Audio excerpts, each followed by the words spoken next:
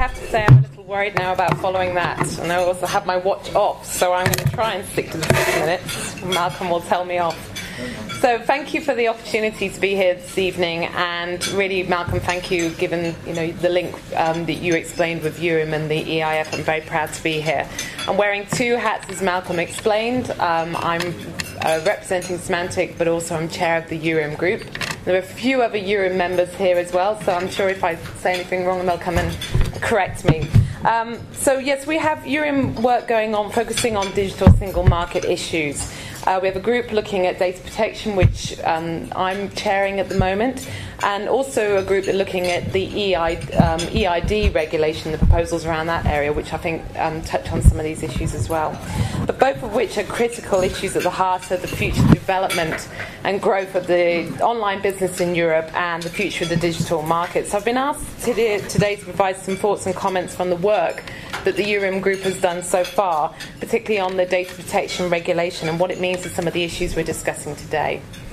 And obviously the protection and security of citizens' information and data is core to what we do as a business at Symantec. We are providing technologies to help consumers to protect and empower them to protect and secure their information and their identity online. So I do really believe that empowering citizens to have trust and confidence that their information is protected and secure online is very key to all the issues that we're talking about tonight. Information, as we all know, is the currency of the digital economy today. We rely on information and data to flow across Europe at the click of a button. Therefore, consumers and citizens need to be able to trust that their information is protected and their privacy is going to be secured.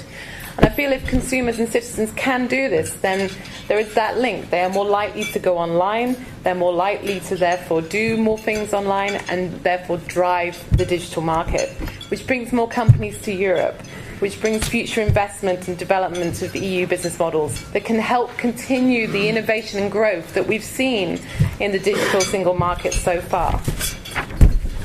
And I think now is the right time, because of some of the citizens' concerns around their data and their privacy, now is the right time to have this discussion and to look at the legal framework, which we all know we've had in place on data protection since 1995, very long time ago really, and to look at the way data is being shared, processed, and managed and stored and protected, and what more we need to do to make sure that we address consumers' confidence and trust issues, and make sure that data protection can be an enabler and a supporter to driving the digital single market forward, and not a barrier, which is a concern that the URIM members have raised.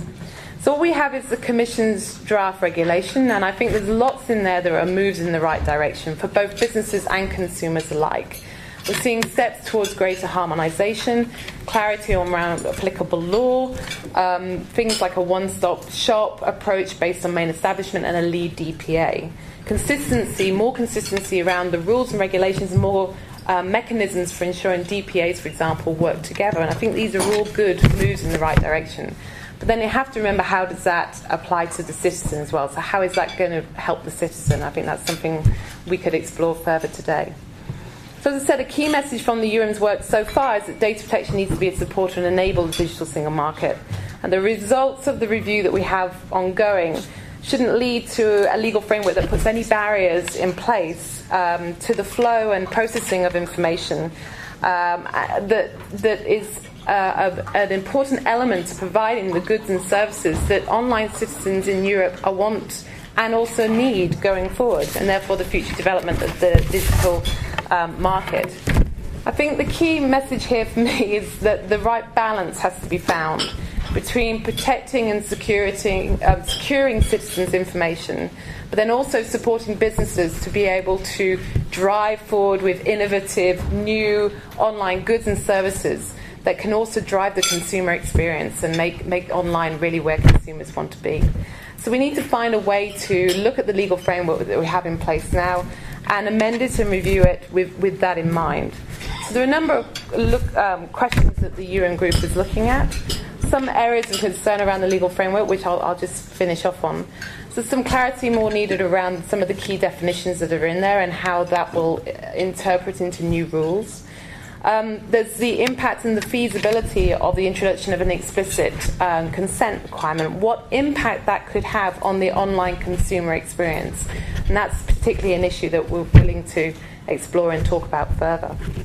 There's also around profiling that's had a lot of focus, and there's some more developed discussion, I think, that's there to ensure the balance between the interests of the consumer and businesses to be able to provide the tailored services that consumers are wanting more and more in Europe. The right to be forgotten, again, is a key topic that's come up. But I think there's also an importance there to make sure, and we all need to make sure that that is framed correctly, so we're managing consumers' experience as well of what will happen, what could happen, and what expectations they have around how a right to be forgotten would actually work in practice. And overall, there's also the impact we need to remember on the SMEs, and what impact the role they play in the digital market, and what impact the new legislation could have on SMEs' ability to work more with consumers. I think the review, finally, as I think my 6 minutes are nearly up, the review provides lots of opportunities to provide new rights for consumers and individuals. For example, the data breach notification proposal that's in place, I think, is a good step forward for ensuring that consumers are empowered. They would understand if something has happened where their information has been breached or lost or stolen, then they at least would be informed. And I think those are a good step forward to empowering and helping the online experience, particularly around concerns around data protection. Privacy by design as well, making sure privacy is built in from the beginning, operationalizing privacy and making technology have that in place from the start, I think is a good step forward. But in all this area, I think from an industry point of view, and a key message again from the EUREM's work so far, is that the technology neutrality that has enabled lots of new technologies and solutions to come up that protect and enable citizens to do more online, that technology neutrality needs to remain in the legal framework going forward. So there are other issues I was asked to touch on around trust and confidence related to the EID regulation, because this discussion is not just focused on the future of the data protection. There are other areas where trust and confidence of online citizens come up as well. And trust in online credentials, trust in online trust marks, as has been mentioned before. Trust in the whole supply chain, I think, that involves the system, involves businesses, involves all of us in this room. That is a key topic that we need to see how it all fits together. My one remark at the moment is all roads lead to privacy and data protection, but perhaps they all lead to online consumer issues just as much. So thank you very much. I hope that was useful.